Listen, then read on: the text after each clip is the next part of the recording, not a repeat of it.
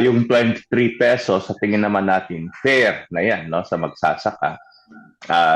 Dahil per hectare kikita na yung magsasaka kung sinet sa 23 pesos. Ito ang reaksyon sa mga industriya ng agrikultura o sina President Engineer Rosendo So sa panayam ng SMNI News hinggil sa itinakdang buying price para sa dry at fresh palay.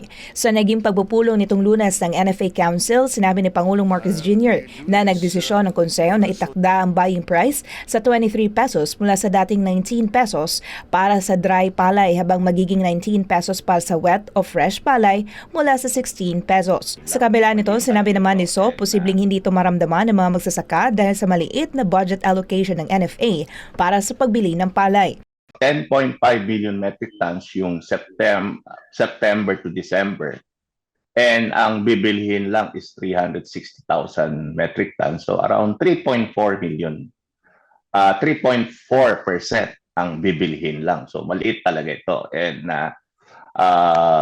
sa tingin natin baka hindi ito makakatulong kung ganun kaliit ang porsyento. Kaugnay nito, umaasa si So na kahit papaano ay magawa ng pamalaan na madoble ang budget sa pagbili ng palay. Una naman nilinaw ng NFA na hindi mapupunta sa merkado ang bibilihin nilang palay at magsisilbi lamang itong buffer stock upang ipamigay ng pamalaan sa mga mahihirap nating kababayan. Sa kabilang banda, umaasa ang sinag na ngayong papasok na ang ani ng mga lokal na magsasaka ay aalisin na rin ang ipinatutupad na price ceiling. Yung price ceiling sa tingin natin baka itong first week of October pwede nang tanggalin dahil sa ngayon kasi ang delivery ng mga rice millers sa Manila nasa 41 na. So yung 41 pwedeng i-retail na sa between 44 to 45 pesos. So yung mga iba nagdi-deliver na ng 40 pesos.